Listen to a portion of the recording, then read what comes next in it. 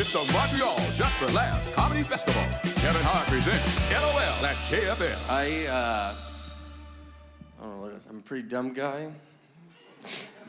Pretty dumb. It's fine though. I don't know. Here's my proof. If you need, you don't need it. No, I don't think you need proof, but if you need it. My first job when I was 15, I worked in Nashville. Nashville used to have a theme park called Opryland Theme Park. So I worked there, and one day I was eating lunch, and this couple sits down, and we meet each other, and I was like, hey, my name's Nate. And they were like, the guy goes, my name's John, this is my wife Jane, and her last name is Doe. He was like, we're John and Jane Doe. And I was like, blown away. I was like, are you serious, dude? I was like, can you even do that? And he's like, we're doing it, you know? I don't know, like, blown away, couldn't believe it. Cut to when I was 35, I was driving, and I just started randomly thinking about meeting John and Jane Doe. And I was like, you know what? I bet they were lying to me about that.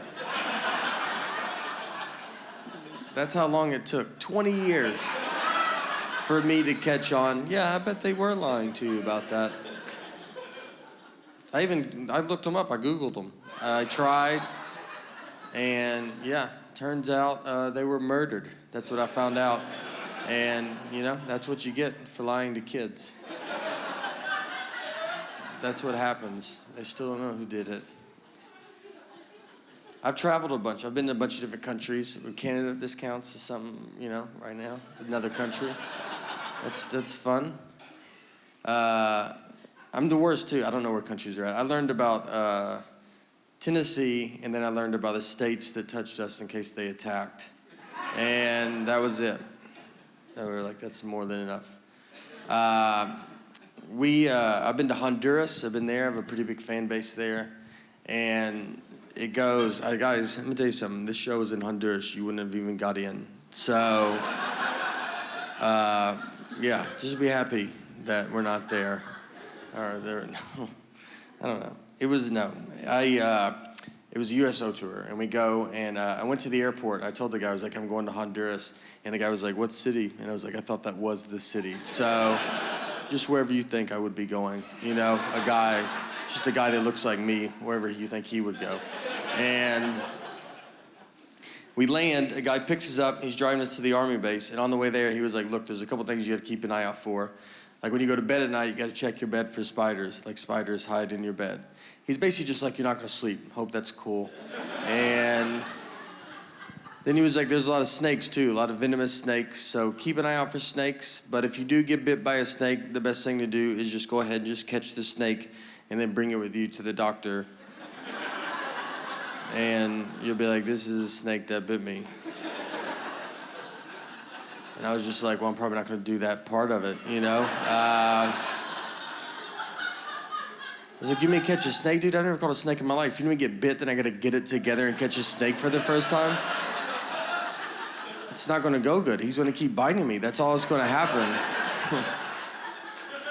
And he was like, it doesn't matter, you've already been bit. I was like, I don't know if you know what a snake is, because it completely matters. There's a huge difference between one bite and probably 30 bites, which is what we will be at if I try to catch this snake. Who told you to tell me this? The snake? Is that what he said, dude? Whose side are you on? You know? I'm trying to get, like, I've not eaten good since I've been here. But it's not here. I also don't eat good at home. It's just like it's just into like, I like all chain stuff. I like walked around today. I just wanted to find like, you have a Dairy Queen, and I was just like, that's great. Like I just wanted something, you know, that's doing real good in America as well. Like that's all, I just like, those are the places where I'm like, oh yeah, that's gonna be like regular stuff. It's not good though. I go to McDonald's a lot. I take buddies. I got a buddy of mine that's a comedian.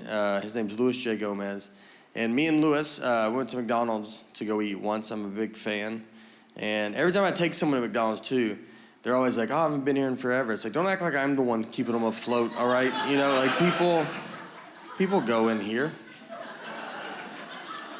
So me and Luis, we go in, we ordered our food, we take our food, we sit down at our table. And then Luis went to the bathroom. He left me alone with his food.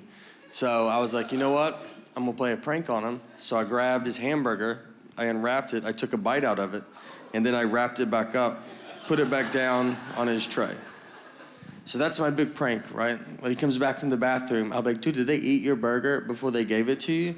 That's crazy that they're doing that, right? Is that crazy? It's a dumb prank. It's harmless. It should never leave the table. All that should happen is Louis should come back, he should open his burger. His first reaction should be to look at his best friend who's sitting with him, who also, by the way, dabbles in comedy, and just be like, hey, I just wanted to run this by you before I unexpectedly go freak out on this entire McDonald's. That's what I thought would go down. Just a little, hey, did you touch my food the only time I was out of my sight? I just want to know before I try to fight a group of people that are going to be pretty confused on why they're fighting. But instead, I got to learn I'm friends with a lunatic and a guy comfortable fighting McDonald's employees because he opened his burger and could not have ignored me quicker. Like, he looked at him so fast, almost like he expected them to do it, like it's happened before. And he's like, again with this. I will fight all of you till I find out who ate my burger.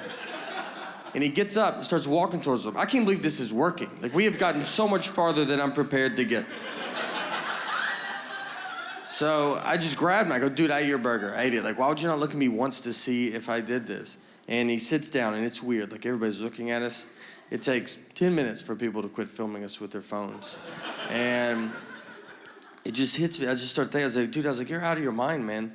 I was like, you're gonna get killed one day. Like, let's pretend I'm not here. Let's pretend that someone did eat your burger that worked at this McDonald's.